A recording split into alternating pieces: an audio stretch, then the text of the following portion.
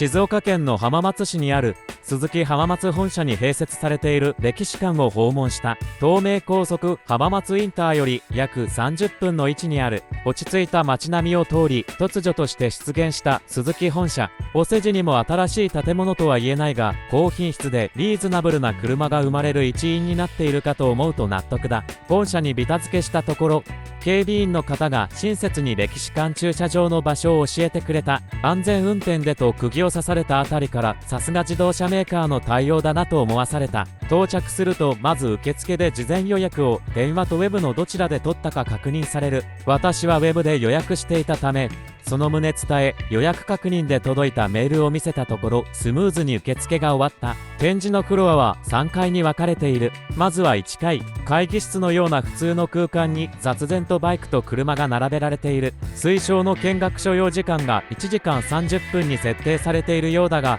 この時はもう少し早く終わるような気がしていた。だが、よく見るとどれも貴重なマシーンで、スズキの歴史上でも重要なものばかりだったように思う。2階へ進むと今度は自動車作りの開発から製造に至るまでの流れについて学べる空間となっていた。簡単な 3D シアターや実写を用いて分かりやすく説明されていた。企画会議に参加しているような演出は斬新に感じたが、古いゲームセンターのように壊れて映らないモニターがあった点はご愛嬌ということで、後半に向かうにつれスズキの展示に慣れてきたのか、それともシンプルに後半に力を入れているのか、どんどん足を運ぶペースが悪くなっていることに気づき始めた私。ただその頃には時すでに遅しであった。そう、閉館時間は16時30分と少し早めなのである。おそらく従業員の方の定時は17時か17時30分なのであろう。急ぎ足で3階に上がると、まず初代社長の鈴木道夫氏が戦後の復興期に食器産業で培った技術をもとに自動車産業へと進出していく様子を説明されており、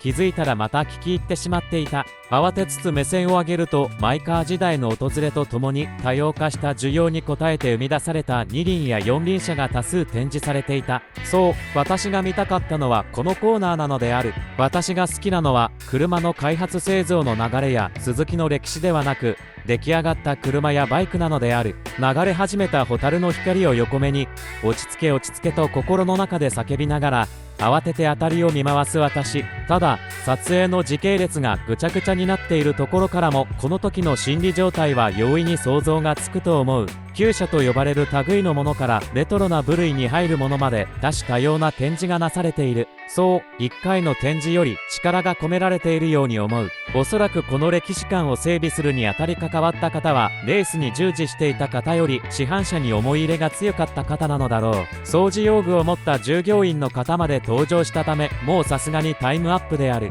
襟足を短く刈り込んだ私ですら後ろ髪が引かれている状況にあるが、もう今回の見学はここで終わりとしよう。雨が強く降っていたため、スピードを落として高速を走ったことが悪かったのか、そもそも計画が甘かったのか、とにかく見学する際には展示内容を事前に確認した上で狙いを絞ってくることをお勧めする。お前が言うなと思った熱心な視聴者の方はぜひチャンネル登録をお願いします。その際、アルゴリズムの関係であまり良くないようなので、低評価はなるべくお控えいただきたい。高評価を得るべく耳寄りな情報をお伝えすると、鈴木は100周年記念サイトを設けているため、そこを見れば歴史については十分理解することができるだろう。概要欄にリンクを貼っておく。さらに市販車が好きな方にはすすぎデジタルライブラリのサイトをおすすめする。3階の展示が気になる方には突き刺さる内容になっていると思う。こちらも概要欄にリンクを貼っておく。2輪、4輪と選べば膨大な情報を見ることができる。結局まとまりのない動画となってしまったが、